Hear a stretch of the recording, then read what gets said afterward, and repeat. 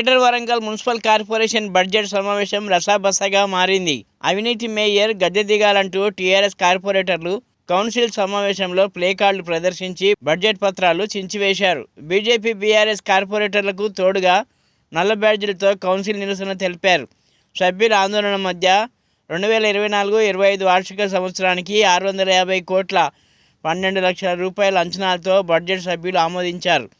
ఈ బడ్జెట్లో 237 కోట్ల 2 లక్షల రూపాయల సాధారణ పనుల ద్వారా మరియు 410 కోట్ల 10 లక్షల రూపాయల వివిధ గ్రాంట్ల ద్వారా సమకూరుతుందని అంచనా వేశారు. బీఆర్ఎస్ మరియు బీజేపీ కార్పొరేటర్లు బడ్జెట్ సమావేశాన్ని వ్యతిరేకించినప్పటికీ 1/3 కోరం ఉన్న కాంగ్రెస్ కార్పొరేటర్లతో బడ్జెట్ ఆమోదం పొందింది. బడ్జెట్ సమావేశం అనంతరం బీఆర్ఎస్ ఎమ్మెల్సీలు బసవరాజు సారయ్య, పోచంపల్లి శ్రీనివాస్ రెడ్డి కార్పొరేటర్లతో కలిసి ఆందోళన చేశారు. వాస్తవాలకు దగ్గరగా ఉండి ప్రజా సమస్యల కోసం వరంగల్ గ్రేటర్ మున్సిపల్ కార్పొరేషన్ అభివృద్ధి కోసం బడ్జెట్ను ప్రవేశపెట్టి అందరి ఆమోదంతో దాన్ని తీర్మానించడమైనది. కానీ టీఆర్ఎస్ పార్టీ వాళ్ళకు అభివృద్ధి అవసరం లేదంటున్నారు. వాళ్ళు నిజంగా బడ్జెట్ అంటే అభివృద్ధి అంటే ప్రజలకు ఏం కావాలో ఏం చేయాలో ఇన్కమ్ అండ్ ఎక్స్పెండిచర్ గురించేది బడ్జెట్. వాళ్ళ సమస్యలు అది కాకుండా దాన్ని అడ్డుకునే ప్రయత్నం చేయడమే కాకుండా బడ్జెట్ చదివిన తర్వాత దాన్ని చింపివేసే ప్రయత్నం కూడా చింపేసారు. అంటే కార్పొరేటర్లు వాళ్ళు ఏం చేయాలి ఏంటిది అన్నది తెలియకుండా టీఆర్ఎస్ పార్టీ కార్పొరేటర్లు ఒక దౌర్జన్యంగా మేయర్ మీద దాడి చేయడం దీన్ని ఖండిస్తున్నాం. ఇది ఎప్పుడు కూడా జరగని సంఘటన.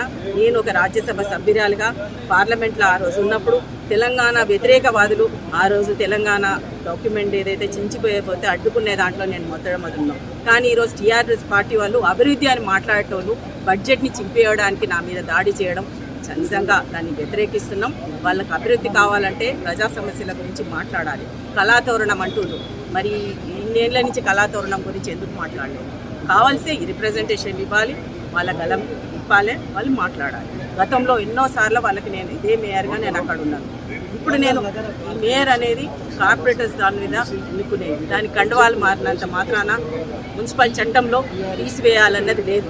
వాళ్ళు ఏదో రిప్రజెంటేషన్ ఇచ్చిన దానికి మా కమిషనర్ గారు మా కలెక్టర్ గారు సమాధానం ఇచ్చారు.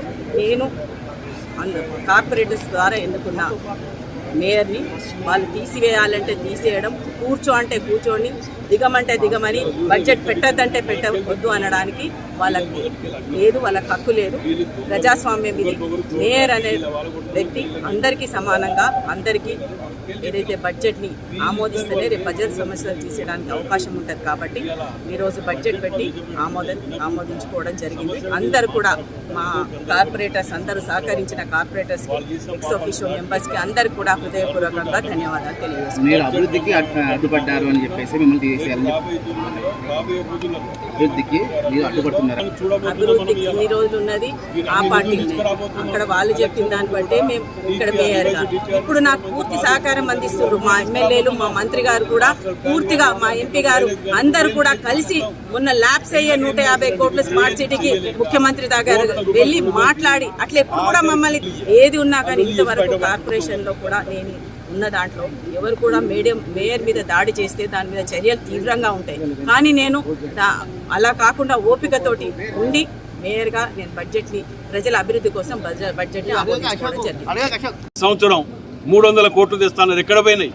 ఆఖరికి నిన్నగాక మొన్న 150 కోట్లు స్మార్ట్ సిటీ బాపతి ల్యాబ్స్ కాకపోతుంటే శాసనసభ్యులు అందరం కలిసి మేము సీఎం గారి దగ్గర కూర్చొని చెప్పించుకొని దాని వల్ల వాపసు పట్టుకొచ్చినాం. ఇంకా 4 రోజులు అయితే అవి ల్యాబ్స్ అయిపోయేటి వీళ్ళ కారణాల వల్ల.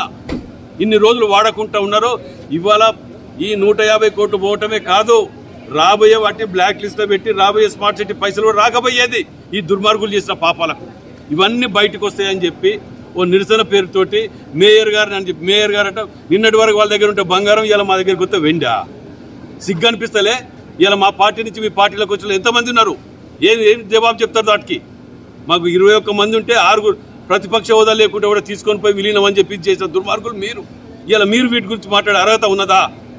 వరంగల్ జిల్లా కార్పొరేషన్ మునిగిపోతానికి ఇలా మీరు కారణం కాదా? మీరు పెట్టిన నాలాలు, కుంటలు, చెరువులు, కబ్జాలు మీ కారణం కాదా? ఇవన్నీ చర్చకు వస్తే వీళ్ళ దొంగతనాలు బయటపడతాయి. దొంగలు తిరిగి తప్పించుకొని ఓ బోర్డు పెట్టుకొని ఆ బోర్డు అడ్డం పెట్టుకొని మళ్ళీ పోతారు. మీరు సంవత్సరాలు అయితే మీ లీడర్ అందరు జైల్లో ఎందుకుంటారు? మీ బతుకమ్మ కానీ మీ ఈ అమ్మ కానీ ఆ అమ్మ కానీ సిగ్గుండాలే మాట్లాడతారు.